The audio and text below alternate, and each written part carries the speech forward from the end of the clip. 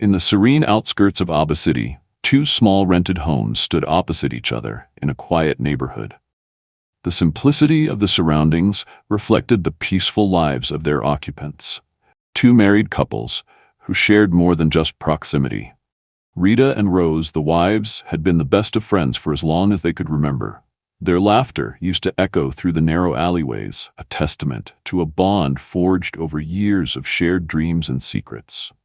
But bonds, as strong as they might seem, can be fragile when tested by the tides of life. The mornings in Aba City were painted with the golden hues of sunlight.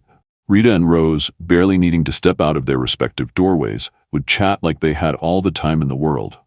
Conversations ranged from the mundane to the profound, with dreams of family and success always slipping into the dialogue.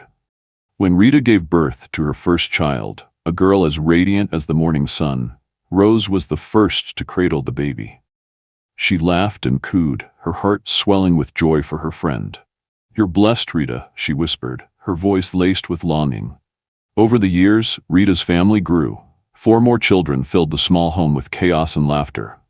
Rose watched as Rita juggled motherhood with grace. Her friend's home was always alive, brimming with the chatter of children and the warmth of love. Rose, however, found her home eerily quiet.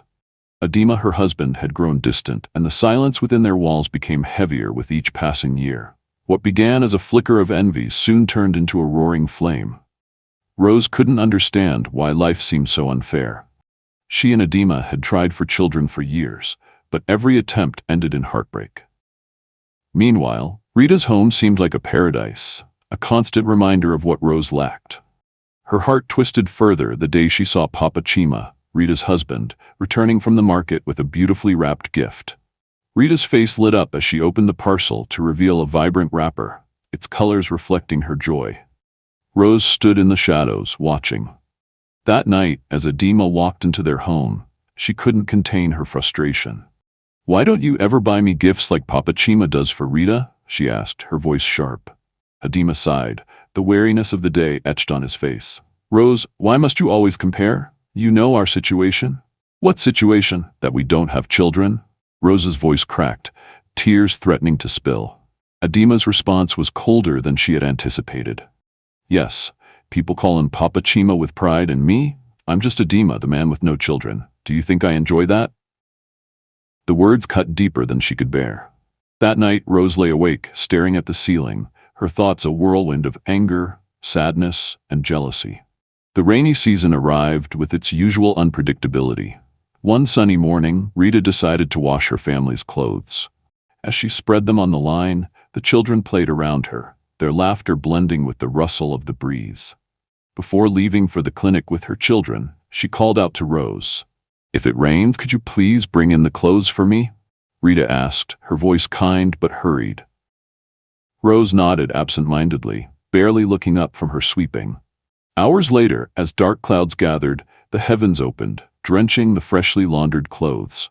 Rita returned home to find her husband's and children's clothes soaked and dripping. Frustration bubbled within her. She stormed to Rose's door and knocked sharply. When Rose opened it, her expression was one of confusion. "Why didn't you bring in the clothes like I asked?" Rita demanded, her voice trembling with a mix of anger and disappointment. "Is it my fault it rained?" Rose replied, her tone cold. Rita stared at her, stunned. "I thought we were friends." "Friends? Do friends leave their responsibilities for others?" Rose's voice was sharp, her words like daggers. The air between them crackled with tension. Rita turned and walked away, her heart heavy. That night, as the rain continued to pour, the distance between the two women grew immeasurable. The months that followed were marked by silence. The once vibrant friendship had withered, replaced by bitterness and unspoken resentments. Rita, consumed by her family's needs, focused on her children. Meanwhile, Rose's jealousy festered, poisoning her thoughts. One night, an old friend visited Rose after a long time and was going to spend the night there. They had time to catch up with each other and chat. As the two women sat together for dinner, the conversation veered toward Rose's longing for children. Rita, ever the supportive friend, shared a story of how her own mother-in-law had once sought spiritual help for fertility. But it was Rose, another close friend of Rita, who spoke up about a different kind of solution. "You know, I've heard of a native doctor who's known to help women in your situation," Rose said softly, lowering her voice as if she feared being overheard. "He's old, wise, and his methods, well, some say they work wonders." Rose's curiosity piqued at the mention of the doctor. "Where can I find him?" Rose gave a small, knowing smile. "You don't just walk into his place. He only takes those who truly need help. But trust me, if he says he can help, he will. He has special ways. You mustn't tell anyone, though. It's a secret." Desperation had overtaken Rose. She couldn't bear the emptiness in her home any longer. That very night, she went to the address Rose had given her, hidden deep in the outskirts of the town.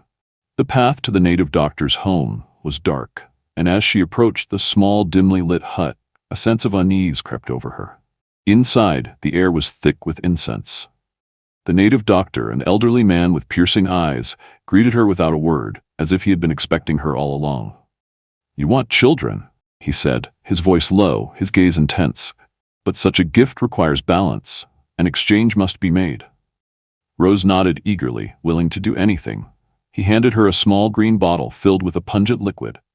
"Pour this on the shoes of those who hold what you desire. It will transfer their blessings to you." Rose took the bottle, her heart racing. The native doctor's words rang in her ears as she left his hut, determined to follow through with his instructions. "Just remember what he said," her friend Rose had told her that night. "My grandmother always warned me about the consequences of leaving things undone, and you must be sure to follow through.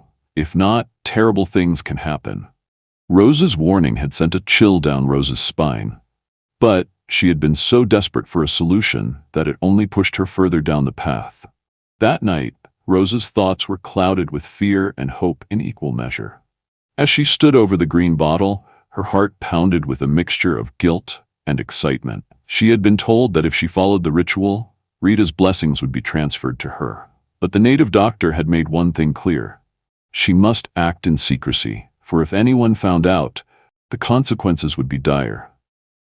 That night, she waited until it was midnight, and she crept out to Rita's door, where her children had forgotten their slippers outside. Right there in front of her entrance door, she did as the native doctor had instructed, and hurriedly left. The days that followed filled her with fear and anticipation. But as the day went by, nothing happened. The children still played normally like they would. One evening, after another fruitless argument with Edema, Rose revisited the native doctor.